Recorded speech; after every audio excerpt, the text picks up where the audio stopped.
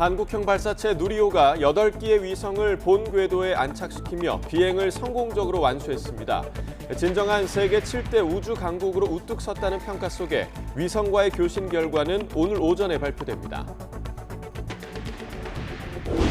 불법 집회에 강력 대응을 예고했던 경찰이 금속노조 등의 야간 문화제를 원천 봉쇄하고 참가자 3명을 공무집행 방해 혐의로 체포했습니다.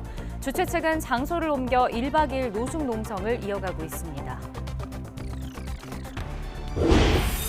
오늘 귀국하는 오염수 시찰단이 안전성 평가에 진전을 이뤘다며 추가 분석이 끝난 뒤 이른 시일 안에 결과를 설명하겠다고 밝혔습니다.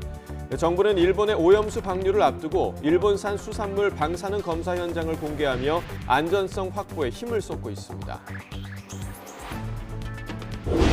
국회의원을 포함한 고위공직자들의 가상자산 재산 신고를 의무화하는 이른바 김남국 방지법이 국회 본회의를 통과했습니다.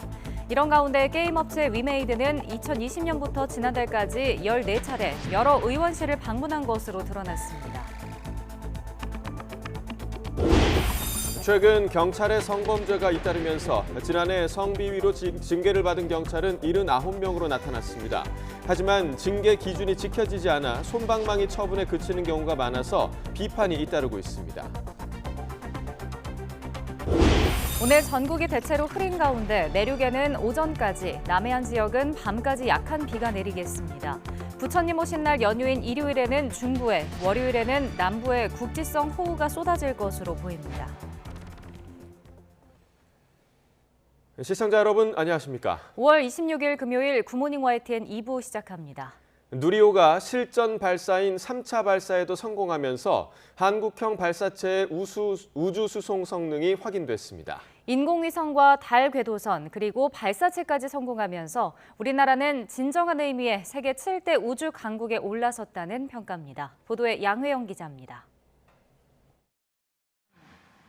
누리호가 불꽃을 내뿜으며 땅을 박차고 우주로 날아오릅니다.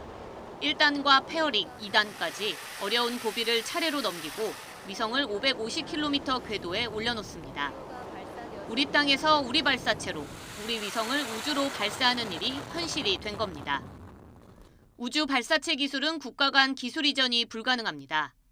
이 때문에 누리호는 12년이 넘는 시간 동안 순수 우리 기술로 완성해야 했습니다. 독자 개발한 로켓이 1차, 2차에서는 발사 성능을, 3차에서는 실전 우주 수송 능력을 확인했다는 점에서 의미가 큽니다. 우리나라 인공위성 기술력은 이미 세계 7위권. 지난해 다누리 발사 성공으로 자력 달 궤도선 기술까지 확보한 상태여서 우리나라는 진정한 의미의 세계 7대 우주 강국 반열에 올라섰습니다. 다양한 민간업체에서 개발된 그런 기술들이 우주 검증을 위해서 이번에 올라가서 제대로 올라가서 작동되는 게 확인된다면은 우리의 우주 기술력이 그만큼 올라가서 산업적 경쟁력이 좀 확보되지 않았나. 특히 이번 누리호 3차 발사에는 민간 체계 종합기업이 참여해 앞으로 남은 3번의 누리호 반복 발사를 총괄할 예정입니다. 우주 선진국보다 시작은 늦었지만 훨씬 짧은 시간에 국내에서도 뉴 스페이스 시대가 활짝 열리고 있습니다. YTN 사이언스 양우영입니다.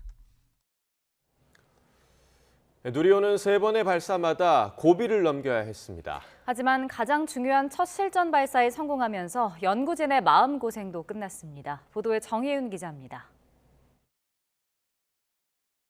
발사대에 세워둔 채 발사가 하루 연기된 누리호. 통신하다가 어제 문제가 이제 발견이 됐었고요. 그다음에 이 연결된 부분들을 저희가 이제 쭉 따라가면서 모든 점검을 다 했습니다. 그래서 하드웨어가 또 문제가 없는지 별도로 또 확인하는 절차도 다 거쳤고. 오류가 해결되고 발사 운용을 순조롭게 통과하며 마침내 발사에 돌입합니다. 누리호 궤적을 추적하며 종합 상황실에는 진한 긴장감이 감돕니다. 일단 분리 확인. 누리호가 목표 궤도에 도달하고 위성이 차례로 궤도에 진입하는 순간 상황실 연구원의 얼굴에는 긴장감이 사라지고 미소가 감돕니다. 서로 악수를 나누며 격려하는 연구원들. 누리호만 하더라도 12년 이상이 걸린 오랜 기간 동안에 개발을 했고요. 내후년 2025년부터 진행되는 누리호 4차 발사는 체계 종합 기업이 주도적으로 진행합니다. 누리호 발사를 통해 축적된 기술과 노하우를 전수하고 이제는 한 발 물러나 누리호를 바라보게 됐습니다. YTN 정혜윤입니다. 금속노조와 비정규직 노동단체가 대법원 앞에서 열렸던 야간문화제를 경찰이 원천 봉쇄했습니다. 경찰이 야간문화제를 불법 집회로 보고 강제 해산하자 주최 측은 사유지로 장소를 옮겨서 1박 2일 노숙 농성을 이어갔습니다. 신지원 기자가 보도합니다. 피켓을 들고 앉아있던 노동자들이 경찰에 의해 해산됩니다. 대법원 앞에서 열린 야간문화제를 경찰이 불법 집회로 판단해 강제 해산한 겁니다. 언제든지 쉽게 해고되는 일회용품이 되었습니다. 그걸 바꾸고자 이렇게 우리 와 있는 겁니다. 잡아가십시오. 이후 노동단체는 대법원 정문 앞으로 이동해 야간문화제를 마무리했습니다. 또 인근 건물 사유지에서 밤을 지샜습니다.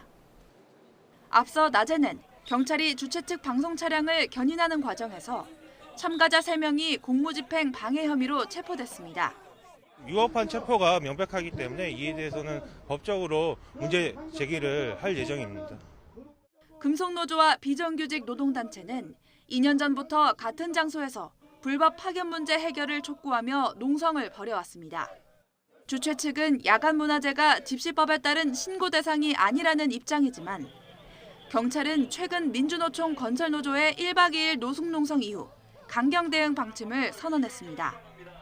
윤익은 경찰청장은 전국 경찰 경비대에 보낸 서한문에서 그동안 경찰이 집회 시위 과정에서 발생한 무질서에 관대한 측면이 있었다며 앞으로 집회 진압 과정에서 발생하는 문제를 적극적으로 면책하겠다고 밝혔습니다.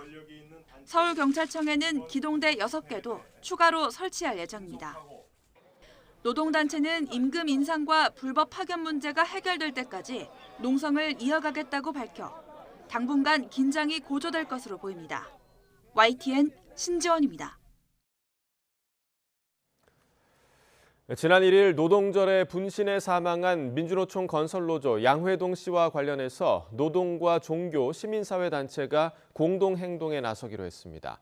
민주사회를 위한 변호사 모임 등 253개 단체는 어제 오전 양 씨의 빈소가 마련된 서울대병원 장례식장 앞에서 건설노조에 대한 무차별적 탄압은 아직도 계속된다며 양회동 열사 투쟁 공동행동 발족을 선언했습니다. 이들은 건설노조의 단체 교섭과 단체 협약 요구는 헌법에 보장된 권리라며 부당한 탄압에 맞서 행동하고 싸우겠다고 말했습니다. 후쿠시마 오염수 시찰단은 이틀 동안의 현장 점검을 마치고 일본 측과의 기술회의를 통해 오염수 해양 방출 관련 추가 자료 요청을 진행했다고 밝혔습니다. 시찰단은 어제 기술회의에서 지진이나 쓰나미 등 이상 상황 발생으로 전원 공급이 중단될 경우 어떻게 대처하는지와 핵종 농도 분석 관련 측정 데이터를 어떻게 관리하는지 등을 점검하고 이에 대한 추가 자료를 일본 측에 요청했습니다. 또 일본의 원자력 규제 기관인 원자력규제위원회가 그동안 시행했던 도쿄전력의 해양 방출 설비와 방출 계획, 후쿠시마 제1원전의 안전문화 관리 체계 등에 대한 심검사 현황도 확인했습니다. 시찰단은 오늘 오후 귀국할 예정이며 시찰과 관련된 내용을 정리해 이른 시일 안에 결과를 정리해 발표할 예정이라고 밝혔습니다. 더불어민주당은 후쿠시마 원전 오염수 방류 저지를 위한 서명운동을 시작합니다. 이재명 대표와 박광원 원내대표 등 당 지도부는 오늘 오전 서울 광화문 광장에서 후쿠시마 오염수 방류 반대를 위한 범국민 서명운동 발대식을 진행합니다. 민주당은 발대식을 시작으로 다음 주 부산을 방문해 오염수 방류 반대 서명운동을 벌이는 등 대국민 참여를 호소하며 대여 공세를 이어간다는 계획입니다. 국회의원을 포함한 고위공직자들의 가상자산 재산 신고를 의무화하는 이른바 김남국 방지법이 국회 본회의를 통과했습니다. 국회는 어제 본회의에서 국회의원 등 4급 이상 고위공직자 재산 신고 공개 대상에 가상자산을 포함하도록 하는 공직자윤리법 개정안을 통과시켰습니다. 이번 개정안에는 가상자산 정보를 획득하거나 영향력을 행사하는 업무를 수행하는 공직자 본인과 이해관계자의 가상자산 보유를 제한하는 내용도 담겼습니다. 국민의힘 코인게이트 진상조사단이 무소속 김남국 의원이 이용한 대표적인 가상화폐 거래소인 빗썸과 업비트 측의 비공개 질의 시간을 갖습니다. 진상조사단은 국회에서 이들 가상화폐 거래소 관계자들과 만나 김 의원이 거액의 위믹스 코인을 빗썸에서 업비트로 우회해 다른 거래소로 옮겼다는 의혹에 대해 묻고 답변을 요구할 계획입니다.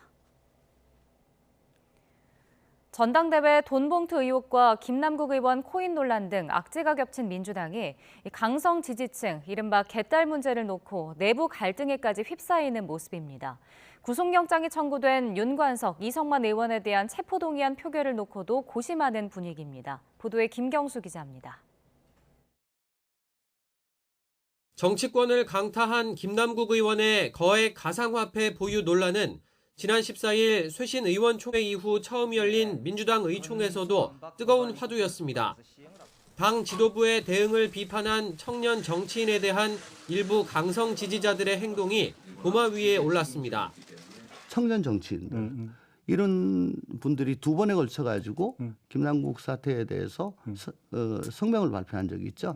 그리고서는 뭐 아주 대단한 비난을 받고 있습니다. 당내에서. 실제로 비공개 의총장에서는 청년 정치인들을 보호해야 한다며 결의안까지 제안하는 목소리가 비명계를 중심으로 터져나왔습니다. 참석자들도 공감대를 이룬 것으로 전해졌지만 도를 넘는 적대와 공격 행위를 중단해야 된다라고 하는 의견들에 많은 분들이 동의했다, 공감을 표시했다. 친명계의 반박도 만만치 않았습니다. 특히 김용민 의원은 김남국 의원도 자기 발언에 다 책임을 졌는데 청년 정치인이라고 해서 보호할 게 아니라 다양한 목소리를 낼 수 있는 분위기를 만들어주자고 발언했습니다. 그러자 일부 의원들은 야유를 보내며 신경전이 펼쳐졌는데 여지는 계속됐습니다. 대표적 비명계인 이원욱 의원이 강성 지지층으로부터 테러를 당했다며 문자 메시지 내용을 공개한 걸 두고 개파 간 설전이 불거졌습니다. 발신자가 당원이 아닌 것으로 조사된 걸 두고 엇갈린 평가를 내놓은 겁니다. 문제가 있으면 개선을 해야지. 그거를 무슨 문제 지적한 사람을 뭐 정확히 하니 아니 이런 걸 가지고 얘기한다는 게 이게 정말 이해할 수가 없다. 이런 문자를 가지고 이 문제 제기를 할 수 있으나 이것을 더 갈등의 어떤 하나로 키워나가는 것들은 뭐 그렇게 바람직한 모습은 아니라고 봐집니다. 의총에서 집중적으로 다뤄지진 않았지만 전당대회 돈봉투 의혹으로 구속영장이 청구된 윤관석, 이성만 의원에 대한 당 내부의 고심도 깊어지는 모습입니다. 오는 30일 본회의에서 체포동의안이 보고되면 다음 달에는 표결에 들어가야 하기 때문입니다. 이재명 대표와 노웅래 의원의 체포안을 부결시킨 상황에서 어떤 선택을 하든 형평성과 방탄국회 비판에서 자유로울 수 없다는 게 고민의 지점입니다. 사실상 딜레마에 빠졌다는 얘긴데 민주당 지도부가 당론으로 체포안 가부를 정하지 않고 의원들의 자율투표에 맡길 거란 관측이 나오는 이유입니다. YTN 김경수입니다.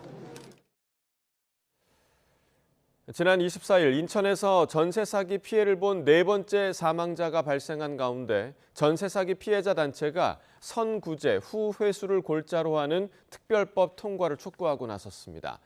전세 사기 피해자 전국 대책위는 어제 오전 국회 앞에서 기자회견을 열고 정부는 피해자들이 다시 빚을 져서 전셋집을 구하는 방식의 대책을 마련했다며 이는 피해자들을 두 번 죽이는 꼴이라고 비판했습니다. 또 정부는 보완 입법하겠다고 밝혔지만 피해자들은 단 6일도 기다리기 어려운 상황이라며 6개월 뒤가 과연 있을지 모르겠다고 말했습니다.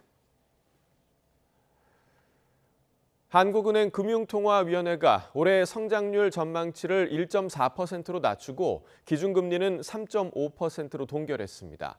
이창용 한국은행 총재는 최종 금리를 3.75%까지 인상할 가능성도 열어두었다며 못 올릴 것으로 생각해선 안 된다고 당부했습니다. 이 총재의 발언을 직접 들어보겠습니다. 성장률 하향 조정은 IT 경기 회복과 중국 경제활동 재개의 영향 파급이 당초 예상보다 지연되고 있는데 대부분 기인합니다. 금통위원 6분 모두가 최종 금리를 3.75%로 가져갈 가능성을 열어둬야 한다는 의견이 주셨습니다. 결론적으로 금리 인하에 대해서는 가장 크게는 우리가 물가가 확실하게 2% 목표 수준으로 수렴한다는 증거가 있기 전까지는 인하 시기를 생각하는 것은 시기상조라고 생각하고 있습니다. 동결시켜놓고 앞으로 절대로 올리지 않을 텐데 일종의 지금 거짓으로 지금 겁만 주고 있다라고 시장이 반응하고 있다는 소리도 많이 들었습니다. 절대로 못할 거라고 생각하시면 말아달라는 게 제 부탁입니다. 소상공인연합회는 고용노동부 앞에서 기자회견을 열고 내년도 최저임금을 동결할 것을 촉구했습니다. 오세희 소상공인연합회장은 지난해 4분기 자영업자의 대출 잔액은 1,020조 원이고 이 중 70% 이상이 다중채무라며 최저임금마저 인상되면 소상공인이 더 버티지 못할 거라고 주장했습니다. 이어 소상공인을 보호하기 위해서는 최저임금 차등 적용이 필수라며 최저임금 미만율이 높은 업종부터라도 먼저 적용할 것을 요구했습니다. 코로나가 끝나면서 소득 격차에 따른 부익부 빈익빈 현상이 더 가속화한 것으로 나타났습니다. 물가를 고려한 가계의 실질 소득은 3분기 연속으로 늘지 않았습니다. 보도에 오인석 기자입니다. 올해 1분기 소득 상위 20% 가구의 월 평균 소득은 1,148만 3천 원으로 1년 전보다 6% 증가했습니다. 1분기 대기업 상여금 지급 등의 영향으로 근로소득이 12% 가까이 늘었습니다. 반면 소득 하위 20% 가구의 월 평균 소득은 107만 6천 원으로 3.2% 증가에 그쳤습니다. 코로나 지원금이 지난해 1분기보다 18% 감소한 것이 영향을 미쳤습니다. 상위 20% 가구의 소득 증가율이 하위 20%에 비해 2배 가까이 높았습니다. 분배 지표는 악화했습니다. 상위 20% 소득이 하위 20%의 몇 배인지를 보여주는 5분위 배율은 6.45배로 1년 전 6.20배보다 격차가 커졌습니다. 1분기 전체 가구의 월 평균 소득은 505만 4천 원으로 4.7% 증가했지만 물가 상승률을 고려한 실질 소득은 0%에 그쳤습니다. 3분기 연속으로 실질 소득이 늘지 않은 겁니다. 실질 소득 증가율은 1분위는 마이너스 1.5, 2분위는 마이너스 2.3, 3분위는 마이너스 2.1, 4분위는 0.5, 5분위는 1.2가 되겠습니다. 예. 가구당 월 평균 지출은 388만 5천 원으로 11.1% 늘었습니다. 사회적 거리두기 해제에 따른 외부 활동 증가와 소비 심리 회복이 영향을 미쳤습니다. 음식 숙박과 교통, 오락 문화 지출이 크게 늘었고 특히 전기가스 요금 등 연료비 지출은 23.5%로 역대 최대폭으로 증가했습니다. 금리 인상의 영향으로 이자 비용이 42.8%나 증가해 지난 2006년 이후 가장 큰 폭의 증가율을 기록했습니다. YTN 오인성입니다. 산업통상자원부가 여름철 전력 수급 대책을 지난해보다 일주일 앞당겨서 시행하기로 했습니다.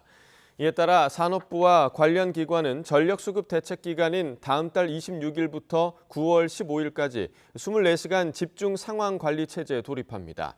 산업부는 보통 여름철 전력 수요는 기온이 높고 대부분 휴가에서 복귀하는 8월 둘째 주쯤 최고 수준으로 증가하지만 최근 기온 추세와 기상 전망을 볼 때 올해 전력 수요가 7월에 최고치에 달할 것으로 예측했습니다. 공직 후보자의 인사검증을 맡는 법무부 직원이 음주운전으로 형사 입건됐습니다. 법무부 인사정보관리단 소속 수사관 A씨는 지난 18일 경찰 음주운전 단속에 적발됐습니다. 당시 A씨의 혈중 알코올 농도는 면허 취소 수준이었던 것으로 전해졌는데 A씨는 사건 발생 다음 날 의정부지검 고양지청으로 전보됐습니다. 법무부 관계자는 사건 발생 직후 당사자가 자진 신고했고 보고받은 즉시 인사 조치했다며 수사 상황을 지켜보고 엄중히 추가 조치할 예정이라고 밝혔습니다. 최근 5년간 전체 교통사고의 8%가량은 음주운전 사고인 것으로 나타났습니다. 또 이 기간 음주운전으로 1,300여 명이 숨지고 13만 4천여 명이 다쳤습니다. 행정안전부와 도로교통공단에 따르면 최근 5년간 전체 교통사고 105만 6,368건 중 음주운전으로 인한 교통사고는 8만 2,289건으로 사망자 1,348명과 부상자 13만 4,890명이 피해를 냈습니다. 음주운전 사고를 낸 차종을 보면 승용차가 77.5%로 월등히 많았고 영업용인 화물차가 11%, 오토바이 등의 이륜차가 8.2% 순으로 그 뒤를 이었습니다. 최근 현직 경찰관이 미성년자와 여러 차례 성관계를 했다는 사실이 알려지면서 공분을 샀는데요. 경찰관 성비위는 일주일에 한 번꼴로 발생하고 있는데 징계 기준이 지켜지지 않아 솜방망이 처분만 내려지는 경우가 적지 않습니다. 김다연 기자가 보도합니다. 현직 순경이 중학생과 여러 차례 성관계하고 성착취물까지 요구한 혐의로 구속됐습니다. 왜 성착취물 요구하셨어요? 또 소개팅 앱으로 만난 여성들을 불법 촬영한 혐의로 검찰에 넘겨진 경장까지 경찰의 성범죄가 최근 잇따르고 있습니다. 성범죄와 성희롱, 성매매를 포함해 성비위로 징계를 받은 경찰은 지난 2018년 48명에서 지난해 79명으로 증가하는 추세. 하지만 경찰 내부의 대처는 오히려 역행하는 모습입니다. 앞서 경찰은 지난 2017년 성폭력을 저지르면 무조건 해임이나 파면하도록 징계 수위를 높였습니다. 그러다 4년 만에 부처들의 징계 수위를 맞출 필요가 있다는 정부 방침에 따라 징계 하한을 다시 정직으로 내렸습니다. 경찰에겐 높은 도덕성이 요구되는 만큼 성비위가 발생하면 더 엄격히 징계해야 한다는 지적도 무색해졌습니다. 게다가 행정규칙에 명시된 성비위 징계 기준이 허울뿐인 경우도 적지 않습니다. 직원을 무릎에 앉히고 성추행하거나 불법 촬영을 한 경찰관이 정직 처분을 받기도 했는데 이들은 관련 규칙대로라면 해임됐어야 합니다. 이렇듯 최근 3년 동안 경찰관 성비위 사건에서 징계 기준이 제대로 지켜지지 않은 경우는 16건으로 집계됐습니다. 전문가들은 기강을 확립하기 위해 징계 하한을 다시 높이고 징계 기준도 더 명확히 세워야 한다고 강조합니다.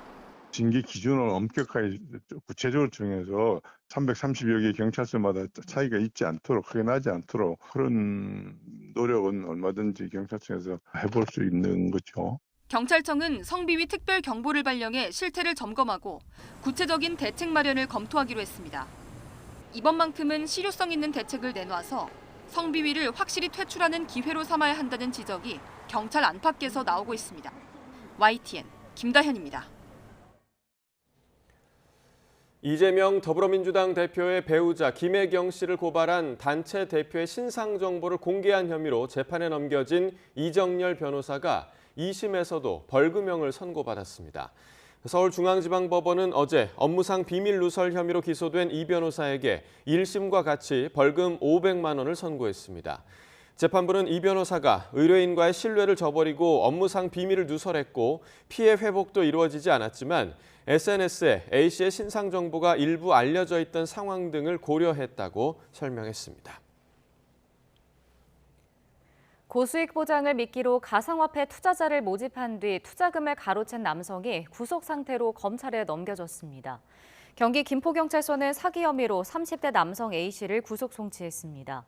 A씨는 지난 2019년 9월부터 3년 동안 해외에서 거래되고 있거나 상장 예정인 가상화폐 자신이 대신 투자해 수익을 내주겠다며 피해자 5명에게 돈 2억 9천만 원을 받아 가로챈 혐의를 받습니다.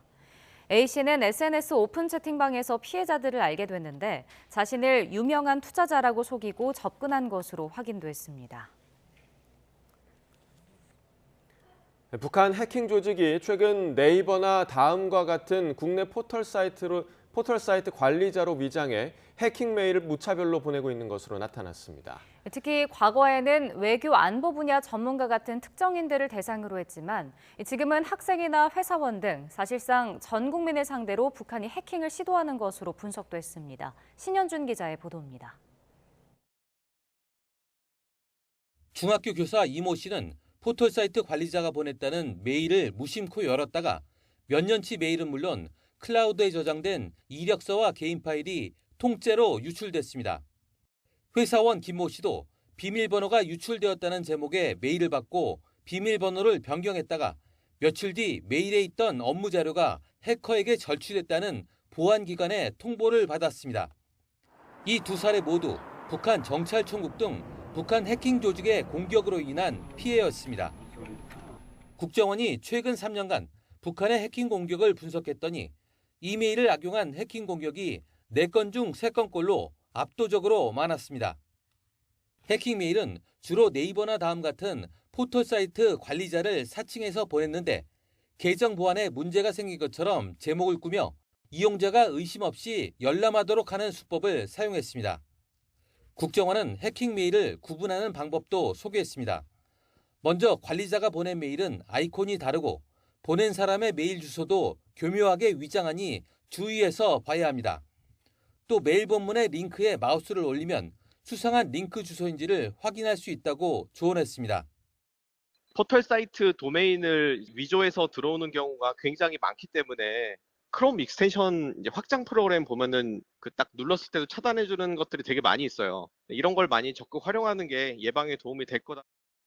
국정원은 과거엔 북한의 해킹 대상이 외교나 안보 분야 전문가로 한정됐지만 최근엔 학생과 회사원 등 전 국민을 상대로 해킹 공격을 하고 있다며 주의를 당부했습니다. YTN 신현주입니다. 어젯밤 10시 27분 북한 함경북도 길주 북쪽 31km 지역에서 규모 2.4의 지진이 발생했습니다. 기상청은 자연 지진으로 분석된다고 밝혔습니다. 중증 장애로 앉아서 휠체어를 타지 못하고 누워서 이동해야 하는 장애인들을 와상 장애인이라고 합니다. 그런데 현재 교통약자를 위한 관련 법령에는 앉아서 이용하는 표준 휠체어만이 기준이고 와상 장애인을 위한 규정은 명시돼 있지 않은데요. 헌법재판소가 이를 평등권 침해라고 보고 개선 입법이 필요하다고 판단했습니다. 보도에 최민기 기자입니다. 서울에 다니는 장애인 콜택시입니다. 휠체어를 탄 장애인이 경사로를 통해 차에 탑승해 이동할 수 있는 교통약자를 위한 특별 교통수단입니다. 관련 법 시행규칙에 따라 이런 특별교통수단에는 교통약자가 휠체어를 탄 채 승차할 수 있는 휠체어 리프트 등의 승강 설비와 휠체어 고정 설비, 손잡이가 있어야 합니다. 여기서 휠체어는 통상 앉아서 이용할 수 있는 표준 휠체어를 의미합니다. 하지만 중증장애로 앉기 어려워 누워서 이동해야 하는 와상장애인은 이런 표준 휠체어를 탈 수 없고 침대형 휠체어를 이용할 수밖에 없습니다. 그런데도 표준 휠체어 외에 이런 와상장애를 위한 별도의 교통설비 의무 규정은 어디에도 없습니다. 이에 뇌병변 장애를 가진 어머니를 둔 가족이 평등권 침해라며 헌법소원을 냈고 헌법재판소도 같은 판단을 내렸습니다. 헌재는 표준 휠체어를 이용할 수 없는 장애인에 대한 고려 없이 표준 휠체어만을 기준으로 안전기준을 정한 건 불합리하고 이들을 합리적 이유 없이 달리 취급하는 건 평등권 침해에 해당한다고 설명했습니다. 헌재는 현행 규칙에 대해 헌법 불합치 결정을 내리고 내년 말까지 개정을 주문했습니다. YTN 최민기입니다. 외국인 관광객이나 유학생도 해외 신용카드로 한국에서 SRT 승차권 예매가 가능해집니다. 또 예술의 전당이나 자연휴양림의 입장권도 예약할 수 있게 될 전망입니다. 행정안전부는 관계기관과 협의해 외국인이 많이 이용하는 공공시설이나 서비스의 모바일 회원가입과 예매 방법을 개선하겠다고 밝혔습니다. 행안부는 정부 혁신 주요 과제 중 하나인 유니버설 디자인을 적용해 공공서비스를 이용하는 사람의 나이, 장애, 국적으로 인한 제약이 없도록 할 계획입니다.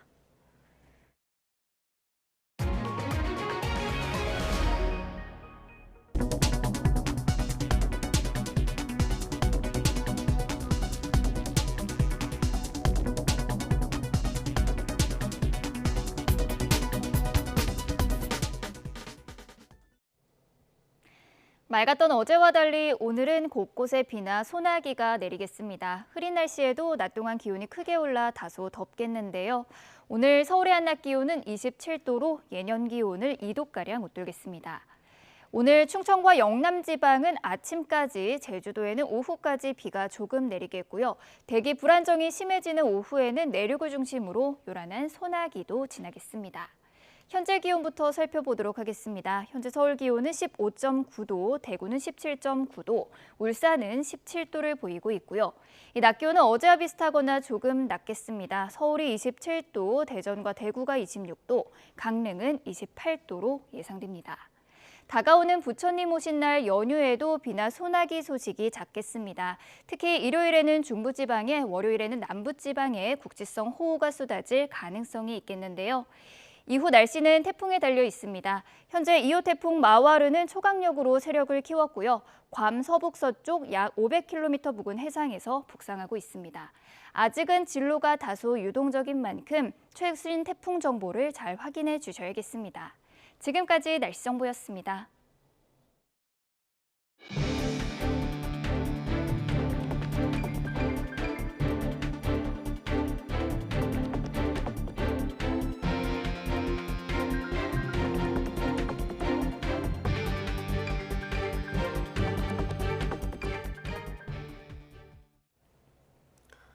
누리호가 18분 58초 동안 완벽한 비행을 마치며 첫 손님인 위성 8기를 목표 궤도에 안착시켰습니다. 이 과정을 우주에서 포착한 영상이 공개됐는데요. 이 생생한 현장을 김민경 기자가 전해드립니다.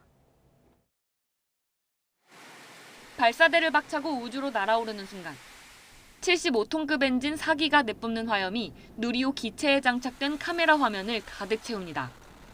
발사 2분 뒤 1단이 분리되자 2단에 부착된 카메라에서 지구로 추락하는 1단의 생생한 모습이 포착됩니다.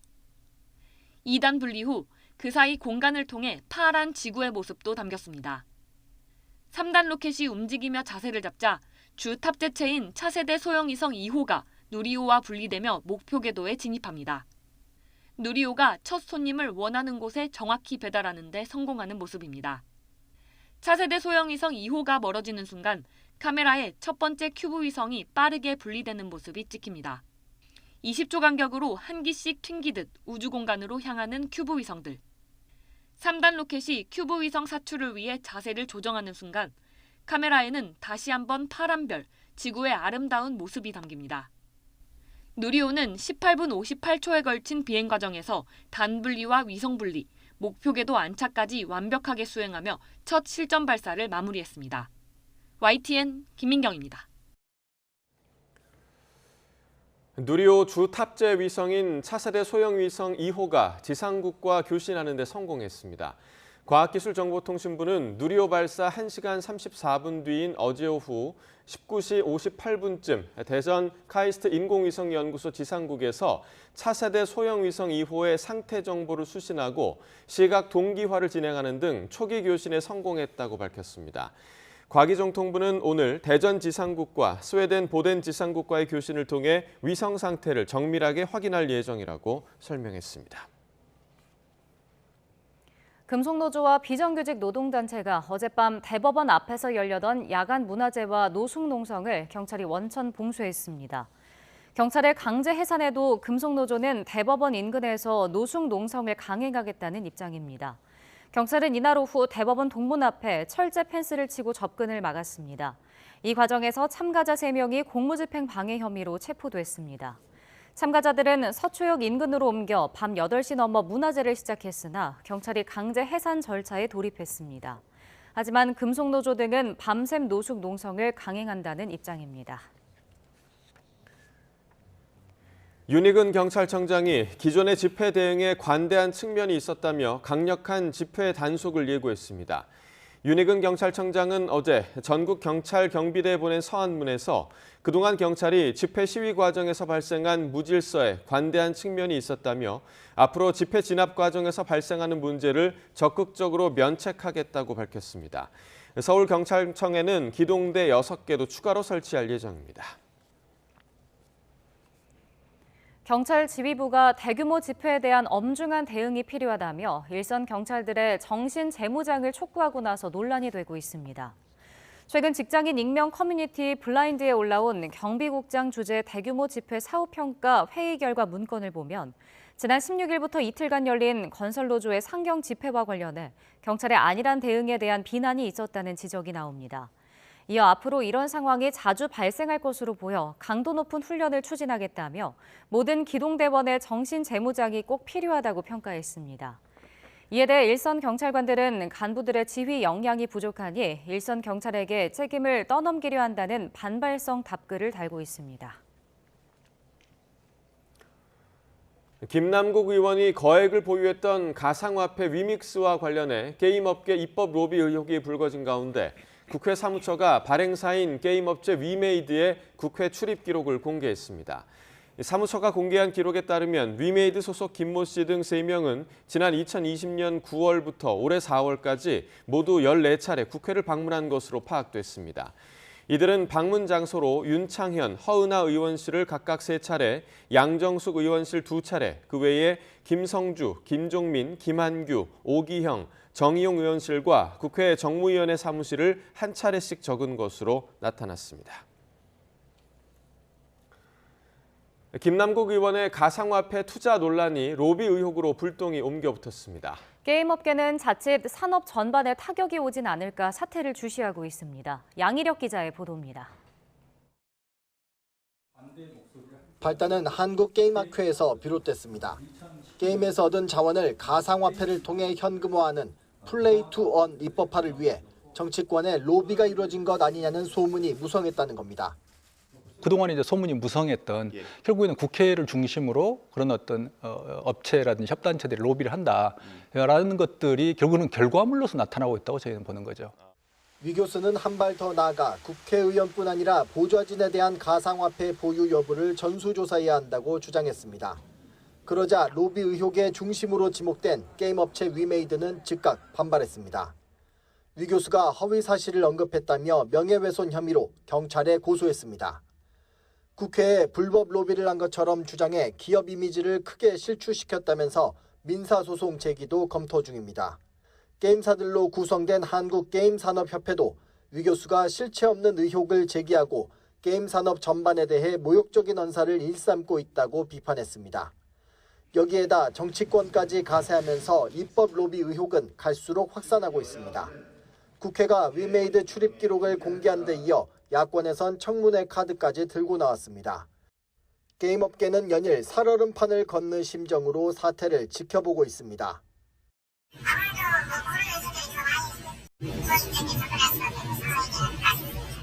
게임업계가 제자리를 찾기 위해선 로비 의혹에 대한 조속한 진상조사와 함께 가상자산 규제를 어디까지 할 건지 논의가 필요하다는 주장도 일각에서 나오고 있습니다. YTN 양일혁입니다. 자녀 특혜 채용 의혹이 제기된 중앙선거관리위원회 박찬진 사무총장과 송범섭 사무처장이 어제 전격 사퇴했습니다. 선관위는 보도자료를 내고 박 총장과 송 차장이 사무처의 수장으로서 그동안 제기된 국민적 비판과 지적을 겸허히 수용해 현재 진행 중인 특별감사 결과와 상관없이 도의적 책임을 지고 사퇴한다고 밝혔습니다. 앞서 박 총장과 송 차장은 자녀가 지방 공무원으로 근무하다가 각각 지난 2022년과 2018년 선관위 경력직 공무원으로 채용된 사실이 알려져 특혜 채용 의혹이 불거졌습니다. 충남 천안시에서 고3 학생이 숨져 경찰과 교육청 등이 조사를 벌이고 있습니다.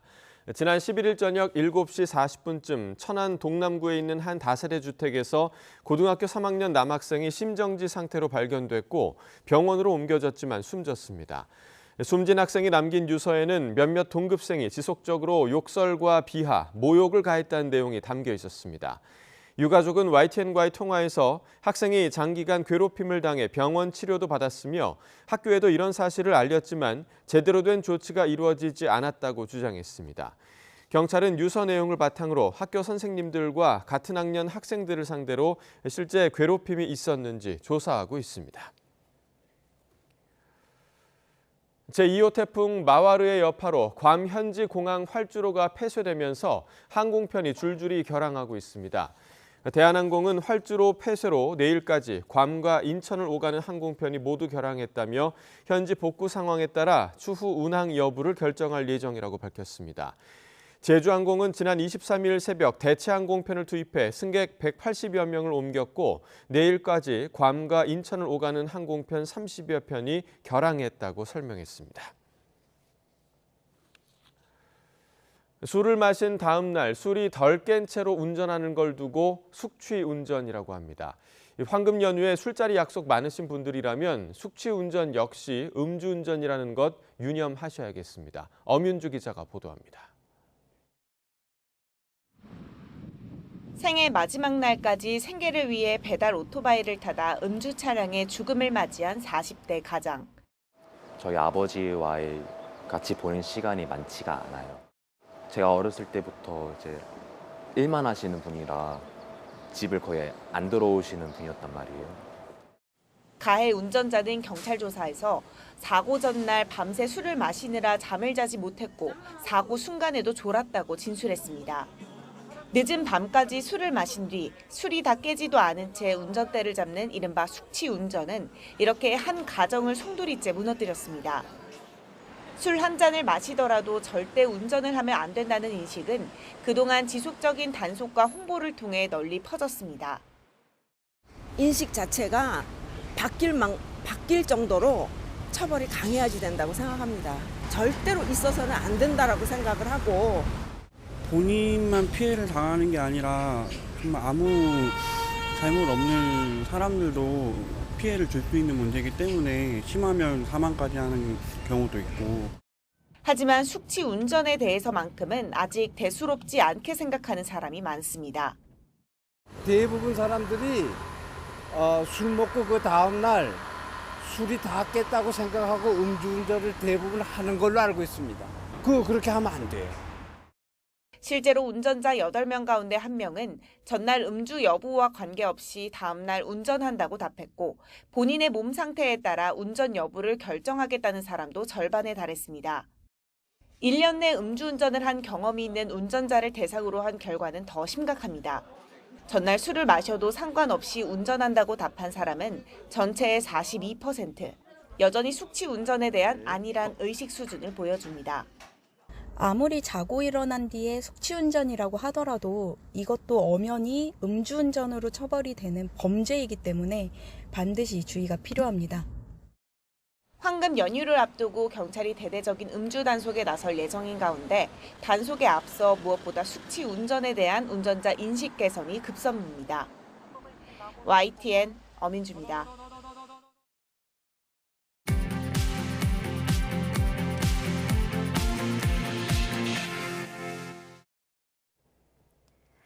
이 시각 세계는입니다. 일본 나가노현에서 한 남자가 흉기와 촌기 난동을 벌여 경찰을 비롯한 4명이 목숨을 잃었습니다. 시의회 의장의 아들로 보이는 용의자는 밤새 경찰과 대치한 끝에 검거됐습니다. 조용성 기자입니다. 일본 나가노현 나카노시의 농촌마을. 어둠을 뚫고 총소리로 추정되는 폭발음이 연이어 들립니다.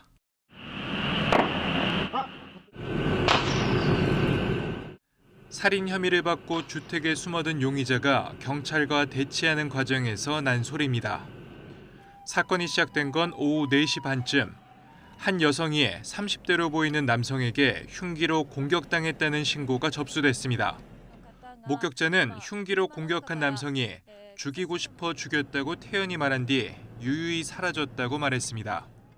용의자는 신고를 받고 출동한 경찰 2명에게 마구 총을 쏘기도 했습니다. 이렇게 3명을 살해한 남성은 선글라스와 마스크로 얼굴을 가린 뒤 시의회 의장의 집으로 숨었습니다. 집에서 탈출한 시의회 의장의 아내는 용의자가 자기 아들이라고 밝혔습니다. 특수반 수사경찰을 파견하는 등 방호 장비로 무장한 채 밤새 대치한 경찰은 범행 12시간 만에 용의자를 검거했습니다. 검거 당시 현장에서 발견된 의식불명의 여성 1명이 숨지면서 사망자는 모두 4명으로 늘었습니다. 경찰은 용의자를 상대로 정확한 사건 경위와 범행 동기를 조사하고 있습니다. YTN 조용성입니다. 미국 정부는 러시아가 우방인 벨라루스에 전술핵 무기를 배치하기 위한 작업을 시작한 것을 비난했습니다. 매슈 밀러 미국 국무부 대변인은 브리핑에서 이를 무책임한 행동으로 규정하고 합의를 강력히 규탄한다고 밝혔습니다. 밀러 대변인은 우크라이나 전쟁에서 생화학이나 핵무기를 사용할 경우 심각한 결과가 뒤따를 것이라는 점을 분명히 했다고 강조했습니다. 중국이 케냐의 주요 정부 부처와 기관들을 대상으로 수년간 해킹을 했다는 의혹이 제기됐습니다. 중국은 이를 정면 부인했지만 케냐는 시진핑 국가주석이 주도하는 1대1로 사업의 아프리카 핵심 협력국이어서 사실로 확인될 경우 파문이 예상됩니다. 미국 상무부는 1분기 국내 총생산 증가율 잠정치가 연이을 1.3%로 집계됐다고 밝혔습니다. 이는 지난달 발표된 속보치에서 0.2%포인트 상향 조정된 것으로 미국 언론은 경제 성장세가 여전히 부진한 것으로 평가했습니다. 미국의 성장률은 속보치, 잠정치, 확정치로 세 차례 나눠 발표되며 1분기 확정치는 다음 달 말 발표됩니다. 한국의 웰빙 순위가 세계 170개국 가운데 20위를 차지해 아시아에서 두 번째로 높은 것으로 나타났습니다. 영국 시사지 이코노미스트에 따르면 미국 비영리단체 사회발전명령은 170개국의 2020년 사회발전지수를 토대로 52개 항목을 평가해 이 같은 웰빙 순위를 발표했는데요. 평가 결과 한국의 웰빙 순위는 1990년에 비해 17계단 뛰어오른 20위로 아시아에서는 16위를 한 일본에 이어 두 번째로 높았습니다. 12명의 사망자와 100여 명의 부상자를 낸 엘살바도르 축구장 압사 사고는 관람표 초과 판매에 따른 입장 수요 관리 실패에서 비롯된 것으로 조사됐습니다. 엘살바도르 검찰청은 현지 시각 25일 공식 소셜미디어에 쿠스카틀란 경기장에서 발생한 사건과 관련한 수사를 통해 현재 5명을 체포했다고 밝혔습니다. 이들에겐 과실치사상과 공공질서 교란 등의 혐의가 적용됐습니다. 에릭 슈밋 전 구글 최고 경영자는 가까운 미래에 인공지능 AI가 많은 인간을 다치게 하거나 죽일 수도 있다고 경고했습니다. 영국 일간 텔레그래프 등에 따르면 슈밋 전 CEO는 머자나 AI가 운영체제 등 핵심 시스템 내 보안 취약점이 발견되면 즉시 이를 겨냥한 해킹 등을 감행하는 제로데이 공격이나 생명 관련 과학에 이용될 수도 있다고 설명했습니다. 지금까지 이 시각 세계는이었습니다.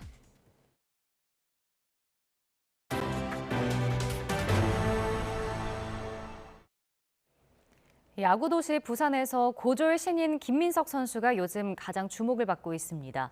뜨거운 인기에 사직 아이돌이라는 별명까지 얻었는데요. 이지은 기자가 만나봤습니다.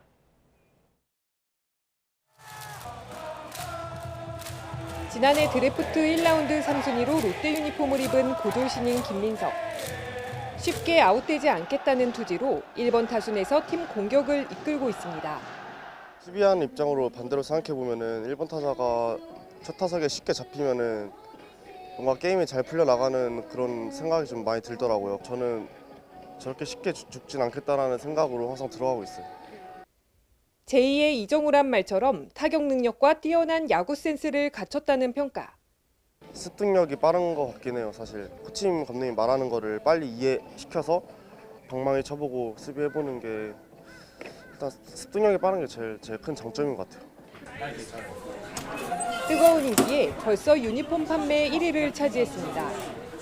부담스럽지 않고 그래도 최소한 유니폼 사신 분들이 후회하지 않게 해야겠다는 생각을 제일 많이 한 것 같아요. 다양한 별명 중에 가장 마음에 드는 건 사직 아이돌. 다 좋은 것 같아요. 근데 사직 아이돌이 그나마 제일 괜찮은 것 같고 그러려면 더 야구 잘해야 된다고 생각합니다. 어릴 때도 지금도 야구가 제일 재밌다는 롯데의 슈퍼루키. 어릴 때부터 예체능을 되게 좋아했고 공부랑은 전혀 안 맞았죠. 솔직히 운동하는 게 전 제일 재밌고 가장 즐거운 시간이었던 것 같아요. 어릴 때부터. 김민석의 활약을 지켜보는 팬들의 설렘도 커지고 있습니다. 앞으로 이제 100게임 정도 남았는데 순위권 떨어지지 않게 열심히 잘 형들이랑 선배님들이랑 준비해가지고 꼭 가을 야구 갈 수 있게 열심히 하겠습니다. 롯데자이언츠 화이팅! YTN 이지은입니다. 경찰이 프로야구 LG 트윈스의 외야수 이천웅 선수의 불법 인터넷 도박 의혹에 대해 수사에 착수했습니다. 서울 광진경찰서는 지난 23일 법원에서 이천웅 선수의 계좌를 추적하기 위한 영장을 발부받아 불법 도박 규모와 시기 등을 살펴보고 있습니다. 경찰은 자료 분석을 마친 뒤 이 선수를 불러 조사해 혐의를 적용할 방침입니다. 제주 서귀포 앞바다에서 수중 레저를 즐기다 탈진해 갯바위에 고립된 40대 남성이 구조됐습니다. 제주 서귀포 해양경찰서는 어제 오후 3시쯤 서귀포시 섭섬 북쪽 끝 갯바위에 있던 40대 A씨를 구조했다고 밝혔습니다. A씨는 앞서 근처 바다에서 수중 스쿠터를 타며 프리다이빙을 즐겼는데 갑작스레 스쿠터 배터리가 방전되자 수영하면서 돌아가던 길에 탈진했습니다.